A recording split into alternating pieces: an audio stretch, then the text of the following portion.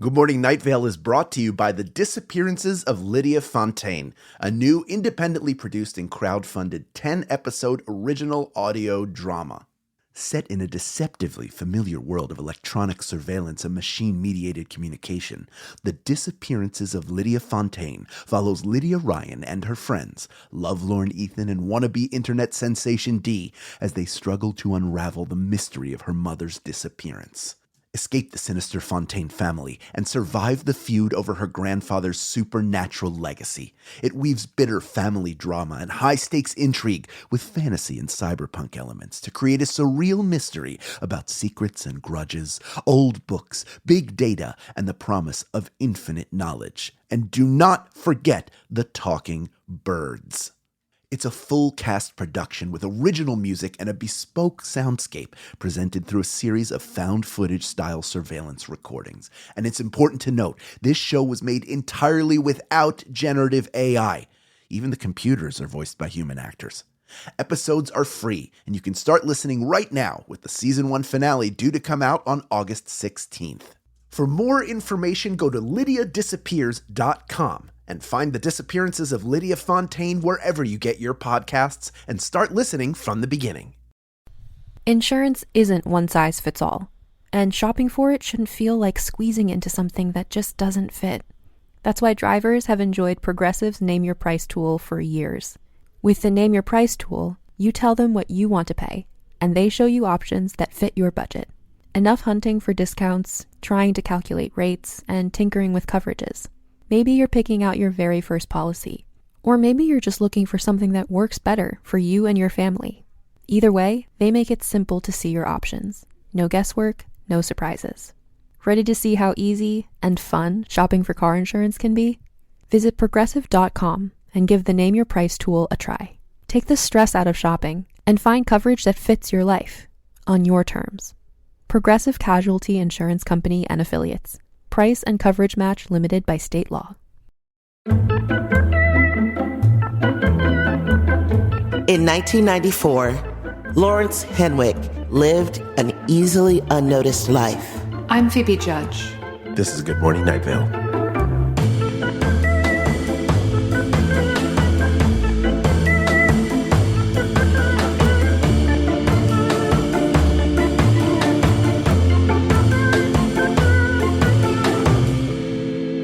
Hey everybody, it's Hal Lublin. Enter the code HAL for 15% off MeUndies at checkout. Hey everybody, it's me, Symphony, and I wanted to talk to you today about HelloFresh.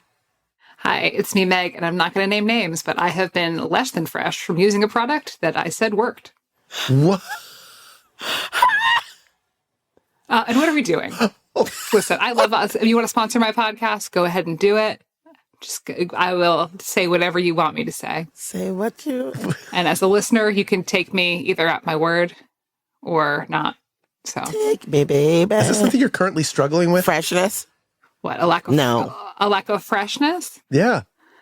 Well, I'm not going to name a product, but I have to say, I feel like there's choices in this life. You can either choose to have a product that works really good or a product that doesn't give you armpit cancer. And... Right. So I pick the no armpit cancer.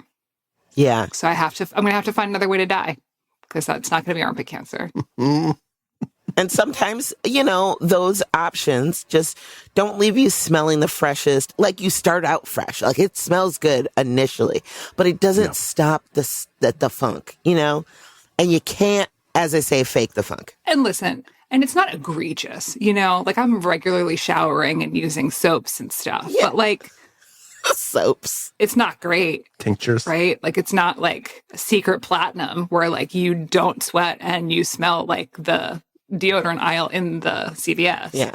Damn, I used to wear a secret. But you get Alzheimer's when you're 12. So, yeah, Secret Platinum was the shit. That is, listen, if you don't care about dying. It smells so good. It worked good. And you want... If you're not scared of that's aluminiums or whatever in your pits, clogging up your lymph or whatever, it's up to you. But, those are, who knows? Everything's going to kill us at some point. And I've got plenty of untoward activities that I do. How do you think I broke this leg? Yeah. By the way, secret, this is our pitch for you to come aboard as a sponsor of Good Morning Night Vale. This offer expires at the end of this episode, so act fast. Yeah. If you want me to do a 30-second ad for literally anything. That's not true. No, that's not even true because the ad company is like, give us a list of things you won't do ads for. And we're like, this thing, this thing, this thing, this thing. Yeah, we have a list. So just know, we could be taking gun money and we're not. So Right. We'll never take gun money. We always get emails. These emails come in. This is legit. If you're wondering, for those of you who are listeners and wonder how it works. Behind the scenes. Is at least here at Good Morning Night Vale, the three of us will get an email saying, here's a product that wants to advertise. Here's what it is. Is everybody okay with it? And I'll usually go, yeah, I'm fine with whatever. I am clearly the least principled of the three of us, or pay the least attention. I'm like, if everybody else is okay, I'm okay. And then one of you will be like, no, that's a bad idea. And then I go, yeah, it's a bad idea. We shouldn't do that because I was not fully paying attention. It's very rarely that it's like Very rarely. Yeah. something like that. A lot of times it's like, this is a Symphony thing, or this is a Hal thing, or this is a Meg thing. Right. Yeah. Like if it's something like exercise clothes, it's Symphony. If it's sports, it's Hal. If it's like, I don't know, diapers, it's me. For children, not for Or me. But I listen, I'm not to say it. Listen, part of being a mom involved me wearing a diaper, so maybe it is for me. That's true. Anyway, this is Good Morning Night Vale. And this is the podcast where we go back and listen to every episode of Welcome to Night Vale, and then we talk about it again because we think it is fun. We think there's nostalgia to it. We think that there's some interest among the listenership to know a little bit more about how this show is made and who is making it. Mm-hmm. And we are recording this evening, currently in our world. It's Monday, August 25th at 7:20 p.m. Symphony has her bones in her leg are in more pieces than they should be. Yeah. And I got a hard out at 8 o'clock, so let's rock. Oh, ow! This episode's description is, they know. They all know. Let's talk about it. Wowie, wow, wow. So fun. This was the season finale of our 9th year of Night Vale. So. Damn, 9 years. I remember, it's so wild to even think about that time, but what a fun episode this was. Like, and I think because of all of these connections through these podcasts that happened in this episode, it just like brought this like very nostalgic, wonderful feeling that all these people were willing to participate in our fun and silly, spooky, creepy ass show. Yeah, it tells you what sort of a close knit group the podcast community is or can be. For sure. Absolutely. Like I met a lot of these people in different places. I completely forgot I was in this episode. Me too. 100% did not realize. I heard I was like, is that me? That is, first of all, I would like to let me issue an apology to everybody who had to listen to what I think might be the worst performance I've ever put down in a microphone onto a computer that then went to people's ears. Because it does not, I was like, is that supposed to be Steve Carlsberg? I really don't know. I would have been home. I wasn't going anywhere summer of 2021. Yeah. I don't know what that was. Or maybe I was trying to do something. Maybe I was trying to do something different, like what it would be like if he hosted a podcast that he was like a little bit more NPR about it. But it's very weird. I did not care for that. Enjoyed the rest of it. Did not care for that part at all. You would make different choices today? Probably. I hope so. If I'm making the same choices 4 years later, we got a problem, Houston. That's true. I thought it was funny. Listen, I'm listening to it with my ears, and I thought it was funny, and I thought the performance was very much in line with the other ones and cute, and I was not distracted by how awful it was, Hal. So oh, good. Me. If it's only me, great. I'm not. And for people who are listening, who are going to write in, and we'll read your emails and listen to your voicemails in like 2 years. I swear I'm not fishing for compliments from you. I know that Steve Carlsberg is a beloved figure, and there's no threat of job safety. I just listened to it. I was like, that's weird. Would you want me to say, yeah, it was not that great, that performance. Does that make If you think so, then yes. I didn't. I'll be honest with you. I was not thrown off by your performance at all. But I think because everything was like, it's like little snippets. I think I was just like, I felt like my head was turning like every like few seconds because of all of the, I was like, oh, at first I was like, oh, this is going to be like a few little clips. I was like, how cute. No. Like, I think this is one of our longer episodes, no? Oh. It feels, because it was like 29 minutes. Oh, yeah. I mean, was it 29 minutes or was it just full of ads? Wow. The ads. Well, I mean, I skip the ads, so I don't know. Yeah. Like, I'm unbothered. I understand people are upset about mid-roll ads, but I mean, unfortunately, not much we can do about that. We don't put them in there. You know where you can get it without ads? Patreon. Oh, that's true. There you go. Fully. For like $5. Also, I'm like, I just clicked the plus 15 like a few times. Yeah. I fast forward through ads. It's not a big deal to me. Yeah. And you know what? I wish it was different. I do. But we got to take their dirty, dirty ad money because we got to eat. So yeah. Yeah. We all have mortgages. We have mortgages. We have, mouths to feed. And if you want to hear us talk about food, we're going to have the money to buy it, to eat it. Yeah. Yeah.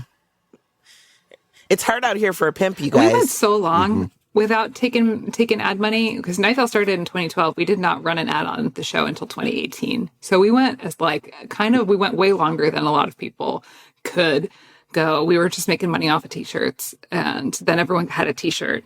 And so there's only Right. But we went a really long time before starting a Patreon, before taking ad money. So just know that we had principles for all we could afford to. We still have principles. It's just, unfortunately, that's also the business that we're in. We have to support so many people. We still have principles. We don't do ads for diet stuff. We don't do political ads. We don't take stuff for guns. We don't do stuff for supplements. We don't do stuff for shows that are misinformation. Like we really, we're really out here trying to just do ads for stuff you like. And it's like a lot of the stuff is good. Yeah. And like the thing that made me less than fresh, still a lovely product. Still use it. And ethically, yeah, still use it. Still use a lot of what they sent me. Yeah, exactly. So this is all to say, podcasting is hard, and it's wonderful that we have gotten to connect with our community through podcasting, and we've gotten to connect with all these other podcasters that decided that they would accept our offer and come on the show and do their own little bit. My favorite thing, honestly, was how everyone put their own little spin on their section, blurb, like whatever. It was just, do you know them in the making of that? What happened? Like, did they get to talk? Like, even did the guys write each section? They wrote it. Wow. They did. They wrote each written. section. Jeffrey, this is the Jeffrey episode. I think that Joseph had his hand on it for some of the podcasts that he put in. But yeah, this is a Jeffrey episode. The two of them wrote all the sections there. We spent the year reaching out to different podcasts, asking them to be a part of it and collecting audio. So it was, really cool. I did a lot of the things. I did the thing when I listened to it when it came out, but then I went back and listened to it today, and I did the thing that all the fans emailed me saying that they did, which is what they thought they were on the wrong podcast when it started. Same. I was like, wait, did I hit criminal? Oh no, it's yes. Because it starts out with Phoebe Judge, who just has such an iconic podcasting voice. Mm-hmm. Seriously. Like, that is your true, when I think of like true crime journalism, like it is immediately her. Yeah. Yeah. That's why I got confused, because I was skipping through ads, as you do. And then I was like, oh wait, is this it? So I had to go back and listen. So they got me, gal. Yeah. I liked it. Okay. Were you able, because I listened to this twice. I listened to it once without like reading it, without reading the transcript. Mm-hmm. And then once I went through because some of the podcasts I know personally because I've listened to, but then some of them I don't know, because I don't know if I've mentioned this a million times or not, but like people are like, oh, what podcast do you listen to? I'm like, the ones I'm on. I do listen to other podcasts sometimes, but it's like normal gossip and like a few different ones. But I think one of my favorite ones was Steven's, like the cat podcast. The Percast, yes. When they were talking about Kasha. That was the one that made me, when I first listened to this episode, I remember like distinctly laughing so hard about it at that point. Because it's just like, how many ways can we do this? What all the things from Night Vale can we pull into all these other podcasts? And then when the Percast came on and it was about Kashuk, I was like spitting out my drink. Yeah, that was great. I loved it. What do you think was your favorite or your favorite podcast blurb? I mean, I love a lot of these podcasts so hard. Mm-hmm. And yeah, I mean, I love the criminal one is great. The Sporkful, which is the food one, I listen to that podcast so much just to hear Dan Pashman talk about Big Rico is like, as a fangirl, I'm like, oh my God, he knows about our show. So yeah. And then, yeah, I mean, it's just so cool where these like podcasts that I listen to all the time, Maintenance Phase, You're Wrong About, Pods. I listen to the Pod Save. I don't have listened to Pod Save America lately, but I listened to John Lovett's show on that network. So oh yeah, I used to listen to a lot of Pod Save America. So that was a cool get. Yeah, they're all, yeah, I don't know. I'm stoked about all of them. How about you guys? I felt like Ackerman was really surprising to have him show up. I was like, who made the ass to Ackerman? I was just trying to think of like when the paths would have crossed. Because I don't think of, I mean, I guess Ackerman is out and about. I mean, he has Earwolf, so it's not like he isn't in the community. But I was surprised. He was the most surprising one to hear for me. My favorite integration was probably Oh No, Ross and Carrie, RIP to that podcast, which is no longer actively producing episodes. There are a couple. The Percast also stopped over a year and a half ago. So this has outlived some of those. Yeah. But that's a really very smart, thing that Ross and Carrie actually would have done.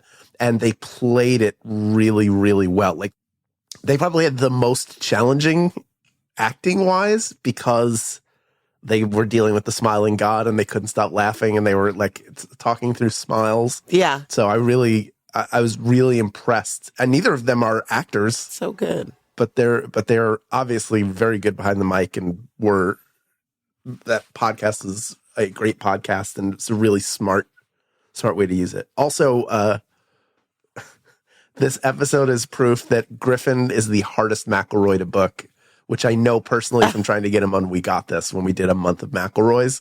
He was the hardest one to get of all four of them.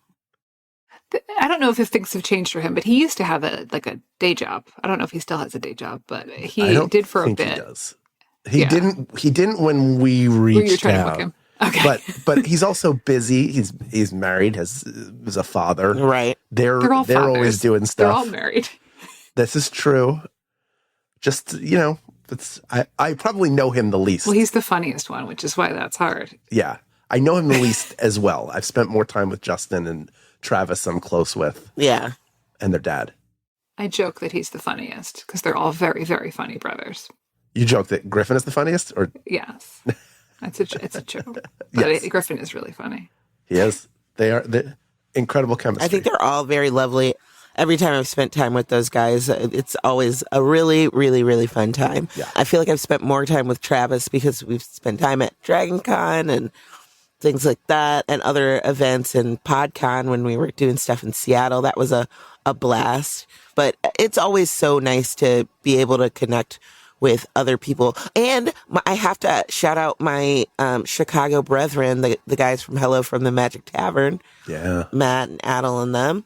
And they're so fun. And it was fun that it was also brought into the world of their show. I actually guested on, I listen to shows I've been on.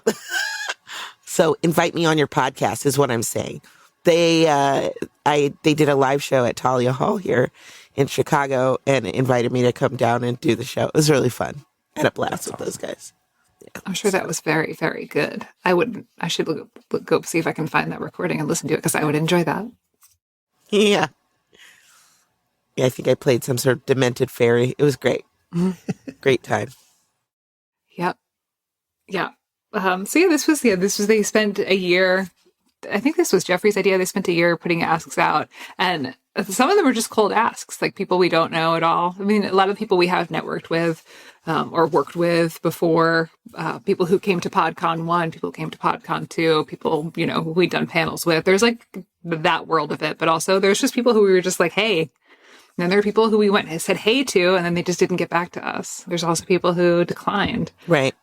And I'll name names if you'd like. Oh, wait, really? Yeah. I want to drag her. No. This is my favorite because Joseph and I are both big fans of Rick Steves. And we asked if Rick would like to do a bit because he has his travel podcast. And the Rick Steves did decline. So as a result, I did Rick Steves' part as Deb. Because Deb... Well, I think you did amazing. Deb's voice is a little... One of the influences for Deb is Rick Steves. Just because I have listened to so much of him. I've listened to his podcast. I also listened to his self-guided audio tours of so many cities around Europe. So I've heard, had a lot of Rick Steves in my ear. So that's where... A little bit of where Deb comes from is Rick Steves. And the... Wow. Yeah.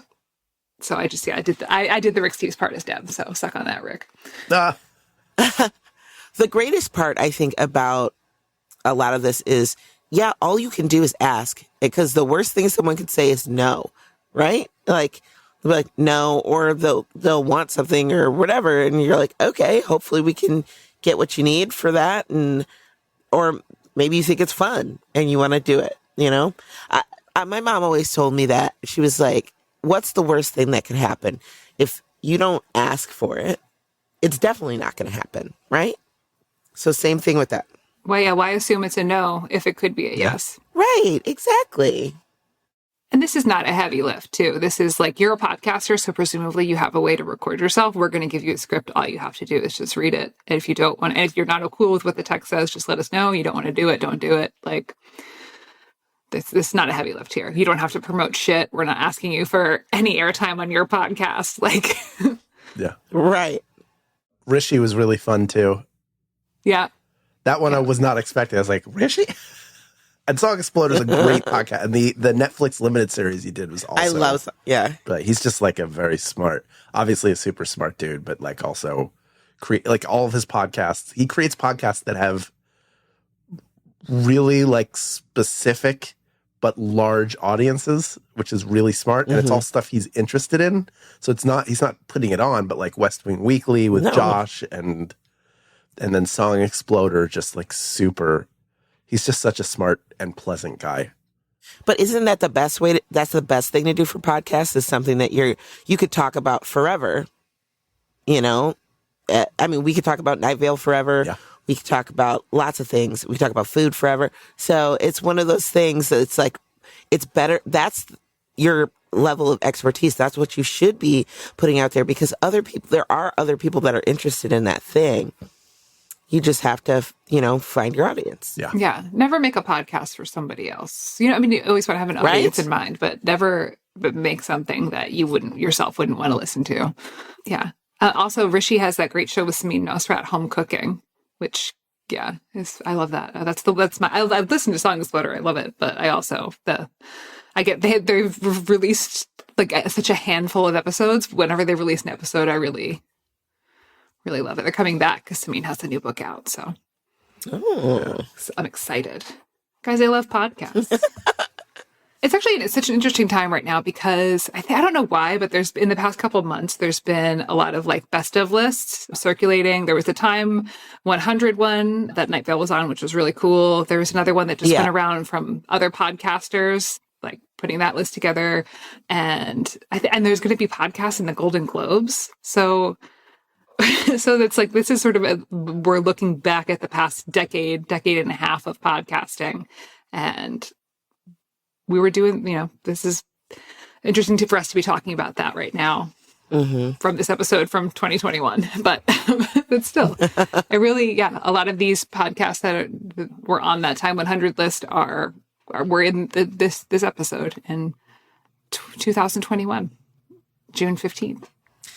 Well, and it's just also very cool how individually these podcasts could be like, this is what they would talk about if Night Vale all of a sudden like everybody remembers it all of a sudden, right? So it's just fun how it explodes into our reality and like breaks the fourth wall in that sort of way, and how people are going to react to it. So I think it's pretty neat, and I'm excited to see where this goes in the next season. Also, there wasn't a weather. No weather. Not even like a fake out weather. Right. Yeah, nothing. Too much jammed in. I thought this might be my favorite episode of Welcome to Night Vale so far, just because it's different. Really? There is no episode like this, and all the other episodes have threads that like, even if they're outside of the normal structure, they all play in the same sandbox, but this one is so far outside, and it is sort of like a fun, like, it's like leafing through someone's record collection or movie collection at their home. Like, you get to see all the stuff that they like, and it's all the gets are really cool. So it's certainly a gimmick episode, but really good. And I enjoyed how different it was, because there's just nothing, there has not been anything like it so far on the show. And it's really, like, maybe the closest thing was the episode that we covered recently with Joseph sort of entering the world of Night Vale as himself, where like, oh, let's break some stuff. I think it's fun. Yeah. Well, now the Joseph episode, which is Night Vale's real now, guys. So because Night Vale's real now, I guess people are going to be podcasting about it. Yep. The natural next step. Yeah. Exactly. If there isn't a podcast made about it, is it even real? True. Yeah. You know, that's the age-old question. Like, if a tree falls in the woods and there's no one here to There's no one around to podcast about it. Did it actually fall? Hey, I'm waiting for people to start a podcast that recaps this podcast, so we can get like full Hall of Mirrors, just an weird infinity thing going on. Yeah. I mean, who would do that? There are people out there who listen. All you have to do is be a listener. You can do it into your phone if you want. I guess so. You don't need fancy mics. Well, I was like, oh, well, I guess they wouldn't have to be in the world of, they could just be like, I've studied every episode of Good Morning Night Vale, and they talk about it's been 0 days this many times. There's plenty to talk about. There's a lot to talk about there. There's sometimes when we pretend that there's a ghost, there's that stuff. There's the full hydrotherapy stuff. There's, the food tangents. Right. Yeah. Meg, the number of times when somebody saying something, I'm looking and going like, oh, is now the time to do it again? Should we do it again? I love you so much, but I won't be fooled again. That's why I've moved to this room where I can see up against a wall. Free. Yeah.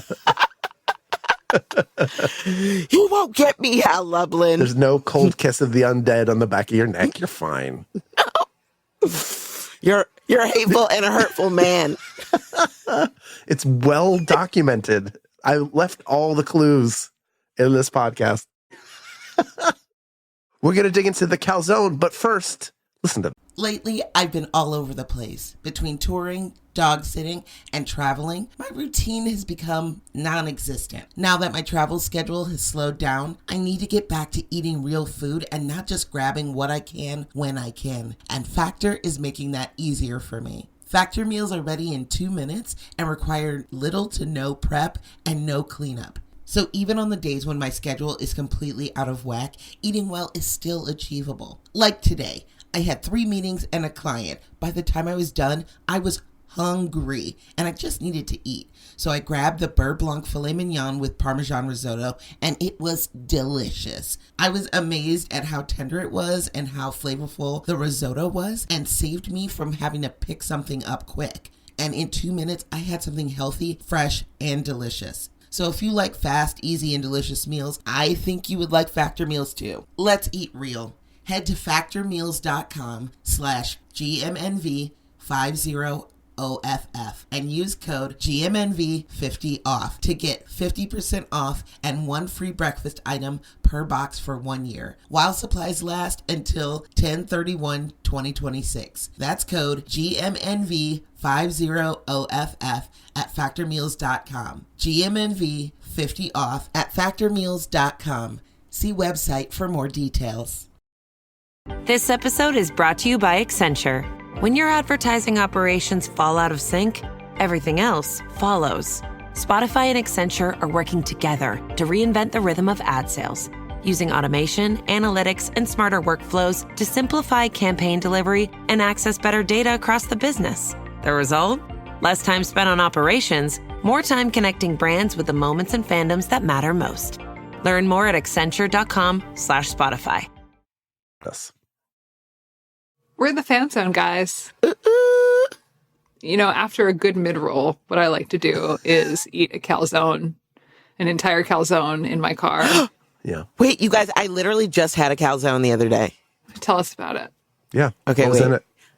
It was Italian sausage, black olives, mushrooms, and then cheese and sauce. Did you pick your fillings?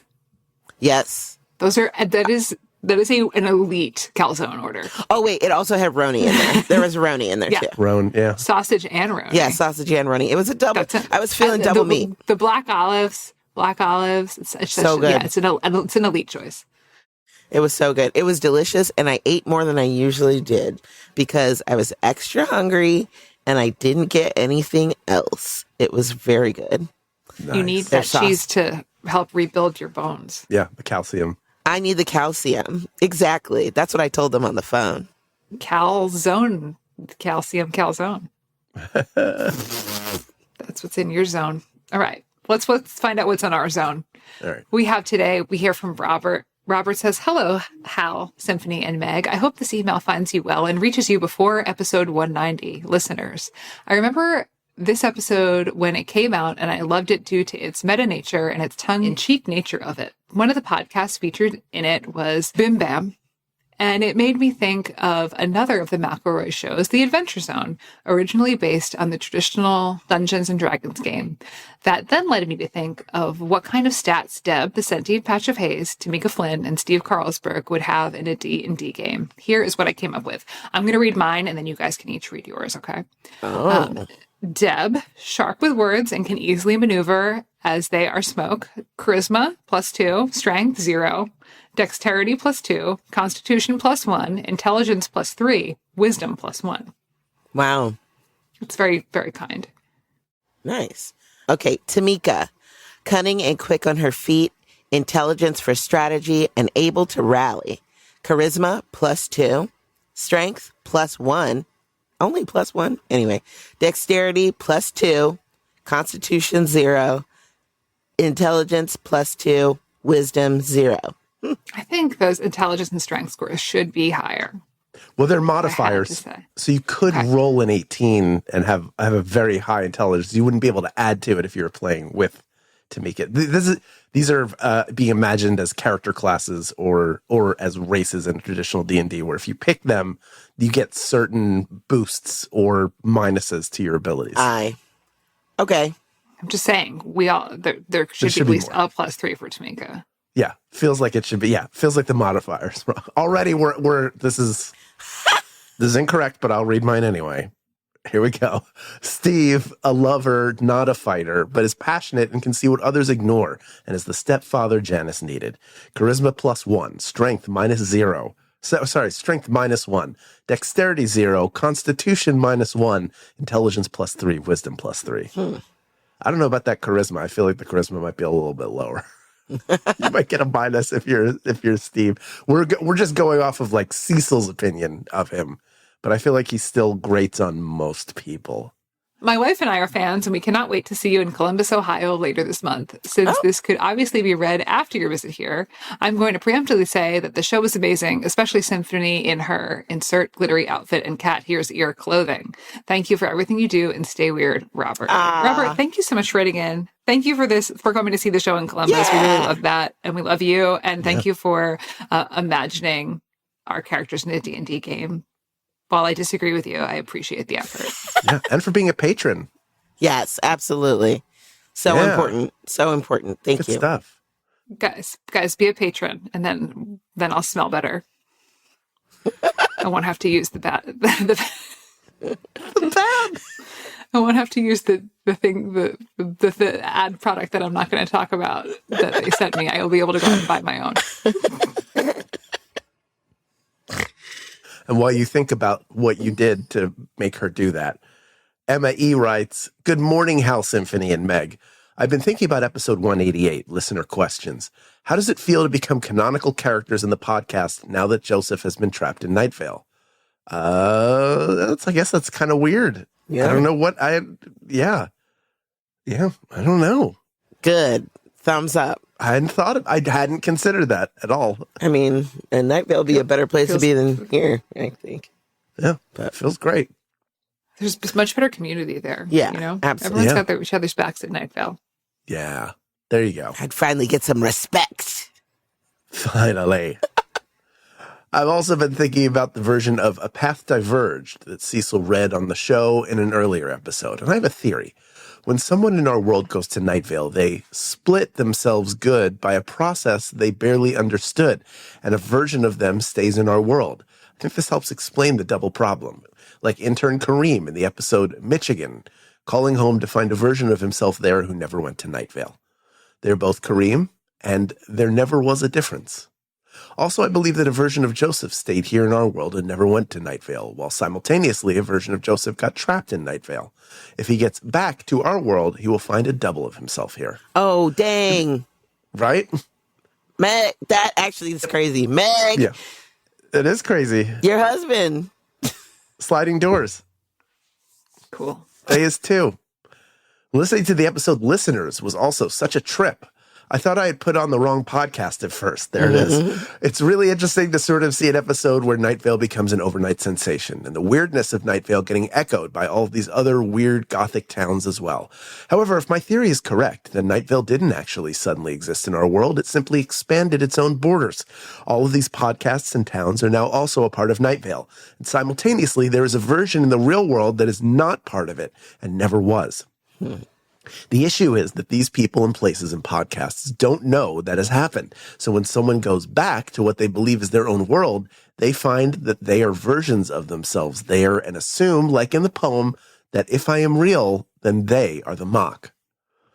We're getting deep here. I know. I'm so deep in the labyrinth and I don't have a string to help me find my way out. I love it. Leave me here. I'll become bones. Also, because I love food, and this is also a food podcast, Yes. Have you ever tried one of those gelatin things that were popular in the 1950s with carrots or broccoli or other vegetables or fruit suspended in them? An aspic? Yeah. Or they would call it a salad. They could call it like a broccoli salad and be in Jell-O. One dessert you might enjoy if you like chocolate and gelatin is this whipped Nutella mousse. If you heat some milk on the stove and put Nutella in it and some gelatin, put it through a sieve to get any gelatin bits, and then go through the process of whipping it and chilling it, whipping it more, chilling it more, and so on until it gets big and fluffy. You get a delicious hazelnut chocolate dessert. It's like a mousse, but without the eggs, and you can use any milk you want because the gelatin will thicken it. Oh, there you go. This took we took so many turns in the course of this letter. It just it went from good to great to Hall of Fame. To delicious. That's Hall of Fame. To work any right type there. of milk you want. Yeah. Thanks for reading. I hope you all have a fantastic day, and please never stop being awesome. Sincerely, Emma E. We all solemnly swear we will not stop. Milk of every And you kind. don't stop either, Emma, with your Nutella mousse going crazy out here. Milk of every kind. I got to try it. Up next, we have Rose. Rose writes, "Hello, beloved tri-hosts. These episodes are some of my favorite episodes of Night Vale in the entire run. I have nostalgia for the first 111 episodes, but when these episodes came out, they blew my mind and really got me into Night Vale again. I loved hearing all the other podcasts I listened to, like Lore and My Brother and Me in Night Vale. There was a popular Tumblr post about how the McElroys should cameo on Night Vale S3 interns that I reposted on Instagram, and I got 1.1 thousand likes on. Oh, that's awesome. They are attached below. Also, I would love to know if you could have any podcast ever in 190, what your choice would be. Much love, Rose. Like, from this list, which one would we be on? Or be? What I think another one we'd want included that wasn't in the episode. Oh, okay. Normal Gossip, because I like that show. I think it's really fun. So that one. What would you? Yeah, this was pre-Normal Gossip. I mean, I would go with This American Life, you guys. Oh, yeah. What can I say? That's a classic. The OG. Yeah. I would, if we're going to do it now, I would probably say Conan. Okay. Conan O'Brien Needs a Friend. It'd be interesting to see who we would have on. Cool. Well, and there you have it. Thanks, Rose, and thanks, everyone, for your write-ins, for listening to this episode, and for being podcast lovers just like us. Our next episode is The Many, Many Lives of Frank Chen. Until the next time, good morning, Night Vale. Good morning.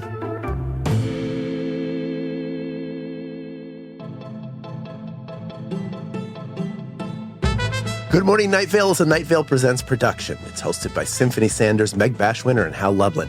It is edited by Felicia Dominguez and mixed by Vincent Cacchione. It is produced by Meg Bashwiner. Theme music by Disparition. Email us at info@goodmorningnightVale.com to share your theories and ask questions or to tell us what podcasts you like. This show is powered by our patrons like Kathy Fink, Kellen Myers, Lindsay Schneider, Lydia Bashwiner, and Mimi. If you're interested in supporting this show in exchange for lots of fun, exclusive, insider, hyper cool kid content, check us out at patreon.com/goodmorningnightVale. For more info on this show, go to goodmorningnightVale.com. Special thanks to Joella Knapp, Jeffrey Craner, and Joseph Fink.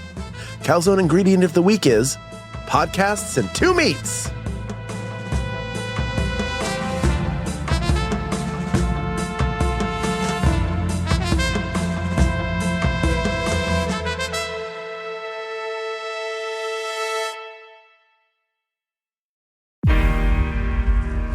I'm not giving up.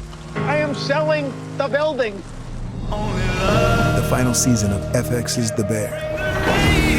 The restaurant is flooded. Everything's either going to be okay. No, stop. Or not. We are outgunned and we are outmanned, but we have each other. FX's The Bear, the final season. All episodes now streaming on Disney+. At ZocDoc, we know being a healthy adult is like living in a video game. Every day has side quests, taxes, laundry, birthdays. And just when you're leveling up, you have to book a doctor. The insurance portal crashes. They put you on hold. Your doctor doesn't take your plan. Game over. We see you. So we made booking a doctor easy. Download ZocDoc. Search by specialty, insurance, and availability. Book instantly. No cheat codes required. Find a doctor you love with ZocDoc.